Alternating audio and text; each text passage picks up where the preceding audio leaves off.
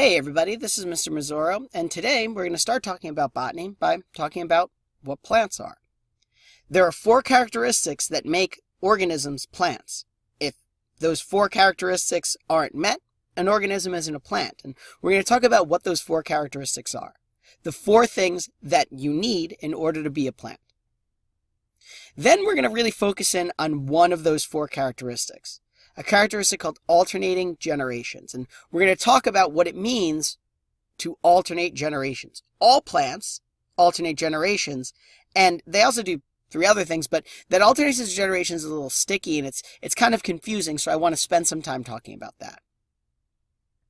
So, what are characteristics of all plants? There are 4 basic characteristics that all plants have. Number 1, all plants are multicellular.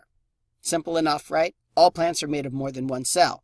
If you ever see an organism and it's only made of one cell, it can't be a plant. Also, if you see an organism like, for instance, bacteria that may be multicellular or unicellular, still not a plant. All plants are multicellular. Next, all plants have a nucleus. They're eukaryotic. Again, we go to bacteria. Bacteria, they don't have a nucleus. None of them are plants. All plants reproduce sexually.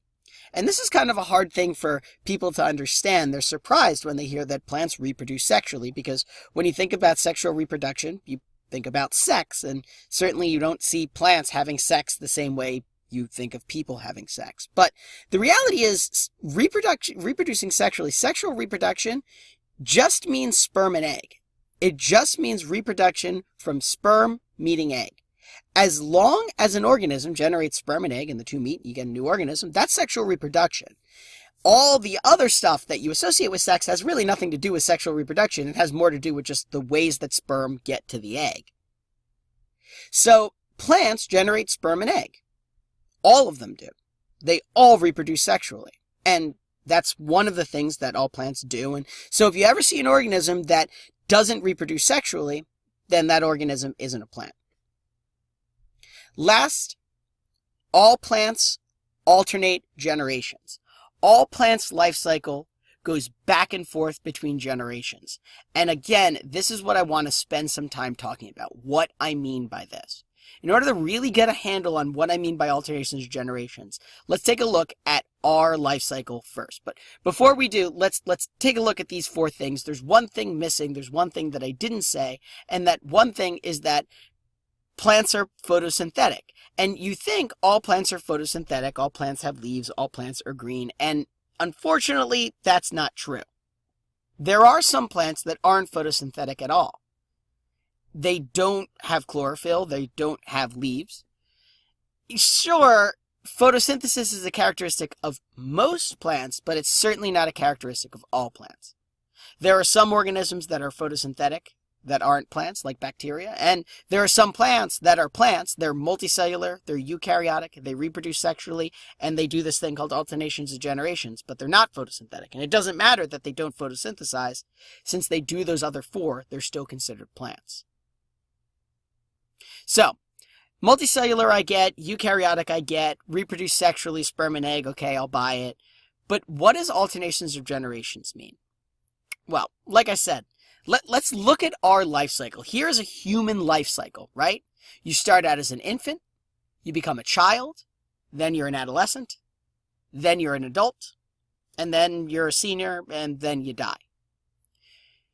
Note that you never go back. You only go forward. You don't alternate between these generations, these infant and child and adolescent and senior and adult.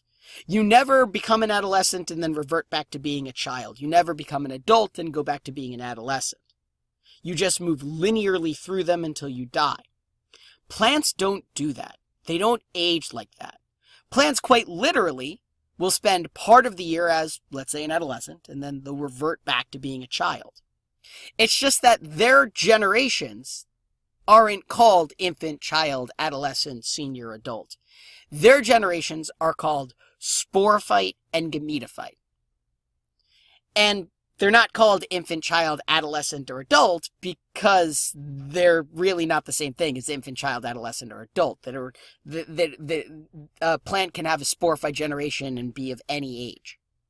Now, if you're listening carefully, you might be thinking, does this mean that plants really don't age? And yeah, that's exactly what I mean. Plants really don't age. Think about it. I mean, there are some old growth trees that are 4,000, 5,000, 6,000 years old, older than the pyramids. Plants don't age like human beings age. Their time scale isn't the same. Also, you've probably experienced this idea of alternating generations if I show you this idea that pollen is part of the gametophyte generation, right? So think about it, right? You're allergic to pollen, and you don't have allergies year-round. In the spring and the fall, yeah, there's pollen in the air, but during the summer and winter, there's no pollen in the air. Why? All the plants are still there, and all those plants that were producing pollen all of a sudden stop, and then they start producing a pollen again in whatever season comes next. Well, the reason for that is because after the spring, let's say, when you have allergies, then all those plants that were producing pollen go into a sporophyte generation where they don't make pollen anymore. Now, fall comes, and why are you allergic in the fall? Well, because all those plants that are there after their sporophyte generations in the summer go back in the fall to making pollen in their gametophyte generation. Then the winter hits and they revert back to sporophyte. And then spring, pollen, gametophyte. And then summer, sporophyte. And then fall, gametophyte. And then winter, sporophyte. And then spring, gametophyte. And then summer, sporophyte. And then fall, gametophyte. And you see, they're not going through life in one direction. Instead, they're just switching back and forth between these two phases. So, let's really go into what these two phases are. Again, alternations of generation means switching back and forth between a sporophyte and gametophyte phase. For plants, all plants are either in a sporophyte phase or a gametophyte phase. All plants alternate generations. The sporophyte phase of a plant makes seeds or spores. The gametophyte phase of a plant makes gametes, otherwise known as sperm and egg. If you are allergic to a plant, if a plant is producing pollen, pollen is plant sperm. It's how plants transfer their sperm. And therefore, that plant is in its gametophyte phase.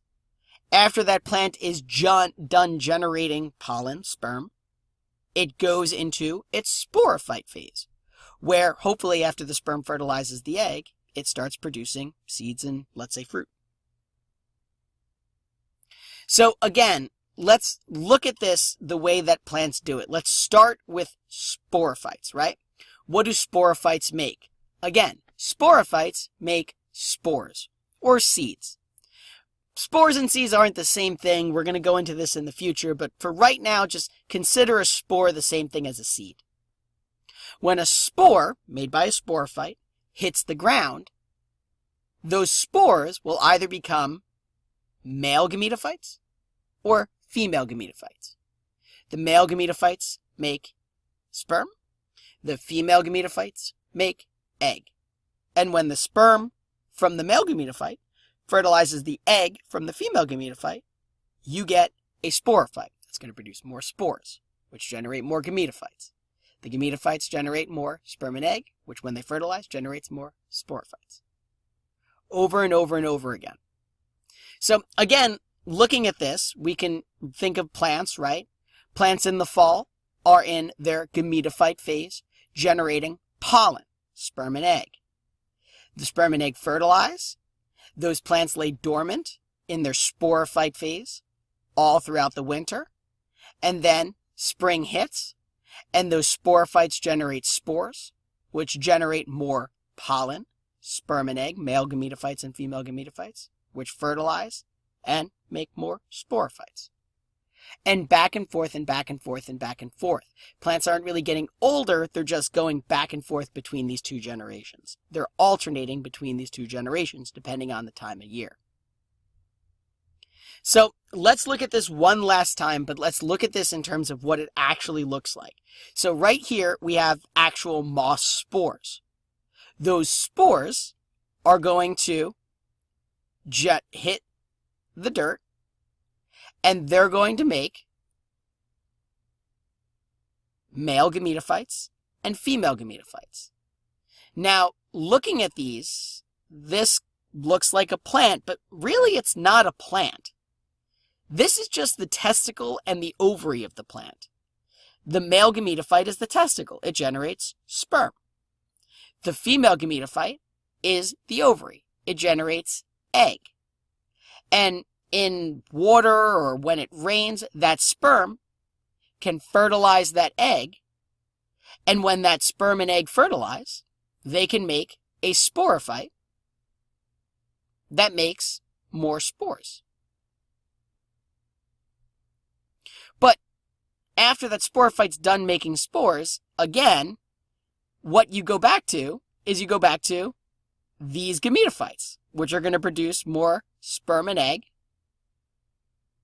which in rain is going to fertilize to produce more spores and more sporophytes.